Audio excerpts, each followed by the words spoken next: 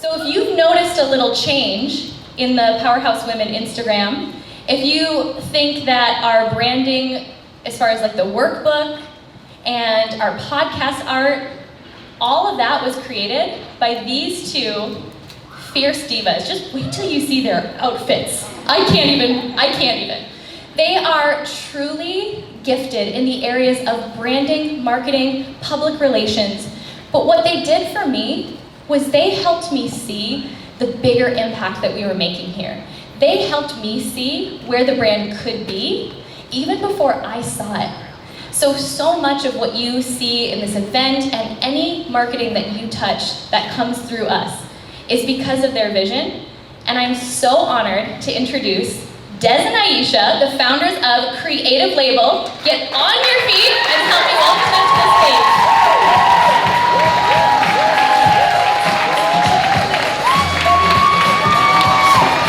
Hey girl, hey! I'm Des, and this is Aisha. I are co-founders of Creative Label, digital branding, marketing, and public relations agency. First thing I'm gonna have you guys do is take out your phones, get on Instagram. We got some treats for you on Instagram. We have jam-packed information, and you can find a lot of it on our Instagram stories. Yes. So you can follow along in your workbook, but also we're gonna be getting some stuff in. So if you get lost, go to our stories. At the end of our stories, there's also a question sticker on there. Please ask us any questions. If you don't get to answer them during the Q&A, we're going to answer them later on today. So yes, so anything you want, ask away. We are here to be a resource for you guys today. Yes. All right. Should we get started? Yes. Oh, before we get started. Slight plug.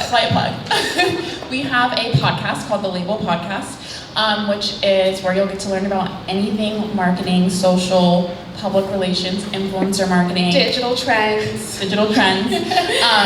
You can find a more comprehensive research, all that stuff on the podcast. Yep. So iTunes, Spotify, Google Play, anywhere you listen to them. Yes, and then I know we have at least one labeler in here. Can I get a little, there you go. We call our audience the labelers. So someone was like, I'm a labeler, and like me and Des about cried. We're like, oh, listen. Anyways, let's get into the thick of things. First, we're gonna talk about the Instagram algorithm. And I like to liken the algorithm to like when Mercury's in retrograde. Like if you don't understand the algorithm, like your whole life is just messed up. Can I get, right? I see you, yep, yes. So first, what is the algorithm? It's basically a calculation that Instagram does to determine who and when people should see your post. And that's important for businesses, entrepreneurs, influencers alike, because you want your content to be seen immediately when someone pops on Instagram. You want the like, you want the comment, you want the link in bio, you want all that, right? So that's what the algorithm is. And there's a bunch of factors that go into how Instagram calculates and populates the algorithm. But I'm going to talk about three important ones that kind of encompass everything. So the first one is time spent. So how much time you spend on a photo, or someone spends on your photo, lets Instagram know, hey, people like this. The second one is engagement. So the amount of people that are engaging with your post. And that's not just comments, that's not just likes. That is shares, saves, and I know you guys know, it's not sharing to Instagram stories. You know, when you share in the DMs and you're like, girl, look at this, and everyone's like, oh my God, right? Any type of interaction on a post, that flags Instagram and says, hey, people like this, let's show it to more people. The last one is the 10% rule. And so essentially what the 10% rule is when you post a photo, Instagram shows that photo to the first 10% of your audience. Once the majority of that 10% interact, or when they do, then it'll show to the next 10% and the next 10% and so on. So it's like a trigger, which is why you see engagements, you see weddings, you see newborn babies are always the first thing to pop up on the feed, because oftentimes that gets people engaging the most, right? So those are the three that matter. There's others, and we talk about them on the podcast, but those are the three to kind of take away for today.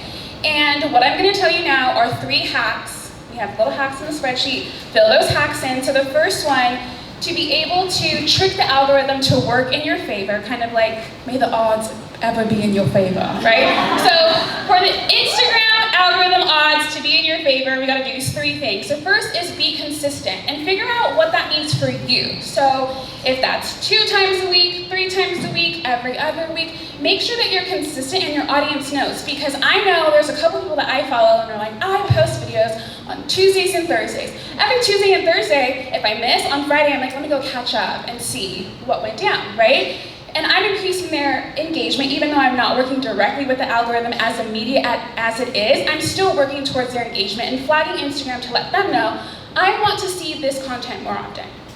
The second is meaningful words. So, in order to flag Instagram and let them know, or you want people to comment meaningful words on your post, and you want to comment meaningful words on someone else's post.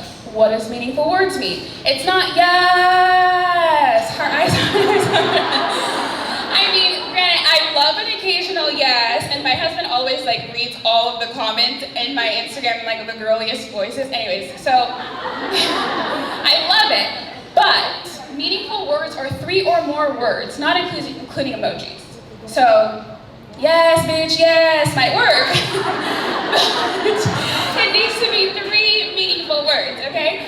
And the last hack is to expand your reach, right? So we want the algorithm to work in our favor, but it also works in your favor when you're expanding your reach. You don't want to just comment yes, girl, yes on the same 5 friends that you always comment to. So one other hack, or the last hack, is comment, choose 5 or 10 or 15. It depends on how ambitious type A you are. Me, I'm like, okay, 25, I can do it. But you need to comment meaningful words, 3 or more, not including emojis, but you can add emojis, 3 or more words on 5, 10, or 15 different users a day. Because that will signal to Instagram, these people want to interact with each other. Let me flag this content for that user and likewise, right? So then the next time I post, I commented on 15 people's Instagrams, meaningful words, they probably liked my comment or wrote back. Then the next time I post, guess who now is seeing my stuff for the first time when they weren't originally because of the algorithm. So those are the 3 hacks. Those are also on our Instagram stories if you missed all of those, but I'm gonna not literally pass the mic because Des has her own mic, but we're gonna talk about digital trends. Yes, into digital trends. So, who has heard this crazy rumor from Instagram saying that they're getting rid of the number of likes you have? It's like half and half, I feel like. How would you guys feel if nobody knew how many likes you had? Would that make you feel good? Raise your hand if it would make you feel good. Okay, and raise your hand if you're like, absolutely not. I don't want my likes. Okay. Okay, so because of vanity metrics, essentially, suicides, kids being bullied, adults being bullied, or whatever that is, Instagram is now testing in different states, or different countries really, Canada, which I feel like United States will potentially be tested next. And we need to prepare for how we are going to increase engagement without having like numbers. So like numbers are essentially what's telling people about your engagement. So you have your likes, you have your comments, you have your saves, you have your DMs, you have, all these different ways to engage, but likes right now are a huge factor. So what will happen is people will be able to see who likes your photo, but not how many people. So usually when you see a photo on Instagram, you're like, wow, this has like 1,000 likes. Does that make you think it's good content typically? Yes and no, hearing yes, yes, hearing no. Yes and no, but you're thinking, okay, well something's triggered, it's probably good, decent content, depending upon the circumstance, if there's 1,000 or so likes. So, since we're getting rid of those metrics, we gotta find other ways to engage. Commenting, first hack. Engaging, liking, DMing. Anytime you might want to encourage your followers to, in the copy of your caption, you'll want to encourage your followers to really, really, really engage. Call to actions, again, that say more than 3 words. I'm talking about, tell me about your day today, tell me your fears. I want to see sentences, really, because you need to trigger Instagram in saying, hey, this is important and I need this to go to my next 10%. The next digital trend that we're going to be talking about is inorganic engagement. The steroids of Instagram. Yes. Basically, buying likes, comments, followers, views. Anything that you've purchased and does not come from somebody naturally double tapping or commenting with their own fingers on your Instagram or Facebook, Twitter, YouTube, whatever that account is, all inorganic. So we want to find ways essentially to get around that. Or if you do choose to use inorganic engagement, which there's things to say, pros and cons about these things. We want to try to stay as organic as possible. If you do choose to do these, you need to still be encouraging those CTAs, the call to actions, the likes, the comments, so whatever it is. So you are still triggering people being involved. So if you have 300 likes on your picture and 2 comments, that's not going to look good, whatever that is. So we also want to talk about, is anyone familiar with comment pods? Let's see a show of hands. Comment pods. Okay, Oh, not that many. not that many. Okay, cool. Want to do a breakdown of what a comment pod is? Yes. So a comment pod is like a sorority, right? So let's just say comment pod is when 3 or more people get together and you have your little like clique and there's rules that govern your clique. And so let's just say it's me, you, and like this first row. And our rules for our first row is that every time any one of us, was this 20 people post, you guys, including myself, have to comment within the first 3 hours of that post, something meaningful, more than 3 words, emojis included, but not a word count. And then, yeah, right? So now I've posted something, and it might not even be good content. It could be like my feet, and I don't have like the best feet, and my shoes are clear, so there's that. But I would have 15 to 20 meaningful comments on my Instagram account, and everyone's like, wow, you know, her audience is so engaged, right? So that's a comment pod, and you can find those on, and we'll get into like the details, but you can find them on Reddit, you can pay to be in them. WhatsApp. Yeah, You can make your WhatsApp. own on text messaging. So what you do is you put the link to your photo, drop it in the WhatsApp, text messaging, whatever that is, and then say, everyone go comment on my picture.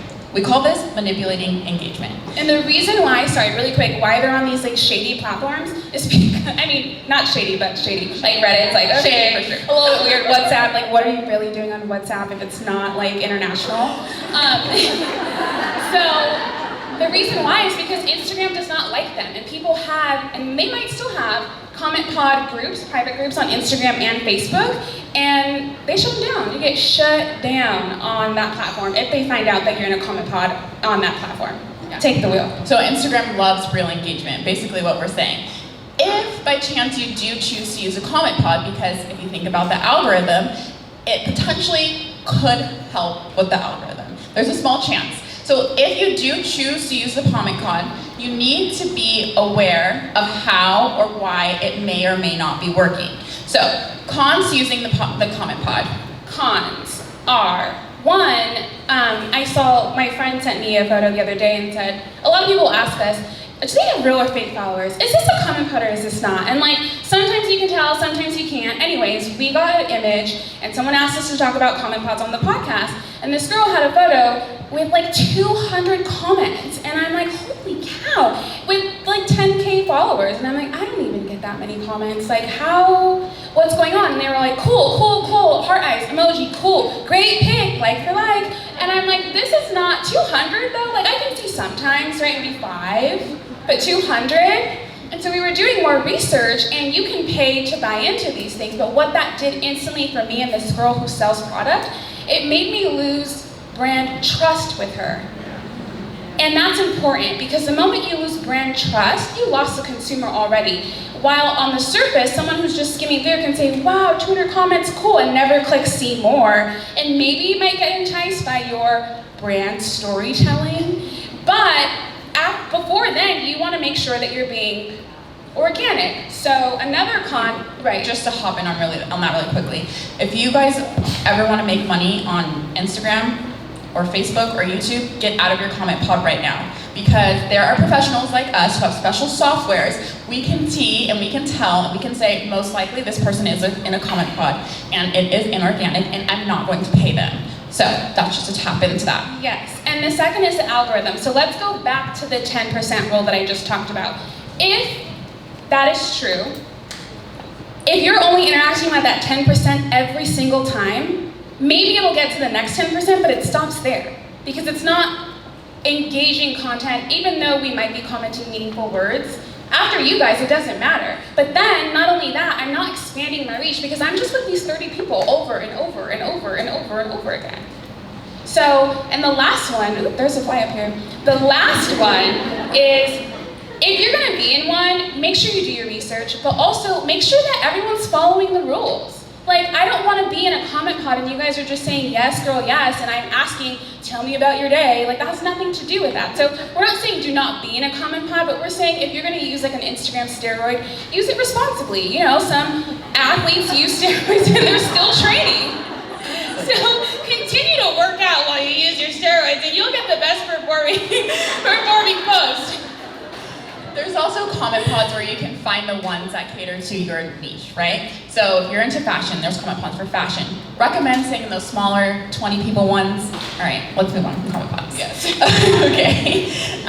We are gonna chat about Loop giveaways next. Oh yes, this is a good one. And for those of you who don't know, I have a law school background. I went to law school at ASU, go Devils, undergrad, go Devils. And one of my favorite courses was sports law. And in sports law, we learned about gaming and lotteries and how to, you know, kind of what the legalities are behind it. And I swear there's a point to this and why I'm talking about lottery and whatever. But a lottery has 3 elements. That is consideration, which often is like money, right? So you go, if you want a little lotto ticket at the liquor store, you'll go and you'll scratch and sniff or thing, and then you're like, here's money for my little scratcher. And that's consideration. That transaction is consideration.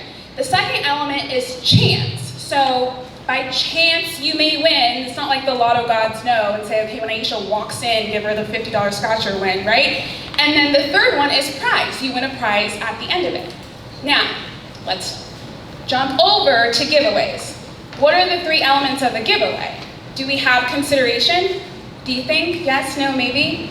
Okay, consideration is not only money, consideration can be time spent. And if you are spending a lot of time to enter into this giveaway, that can trigger a lottery. And us regular folks cannot put on our own lottery. That's regulated by the government, the FTC, the US Postal Service. Like, it's out of our pay grade, or maybe we're out of that pay grade, who knows? Either way, we should not be doing it, we cannot do it. So if you are hosting a Loop giveaway, let me backtrack for those of you that don't. Do we know what Loop giveaways are?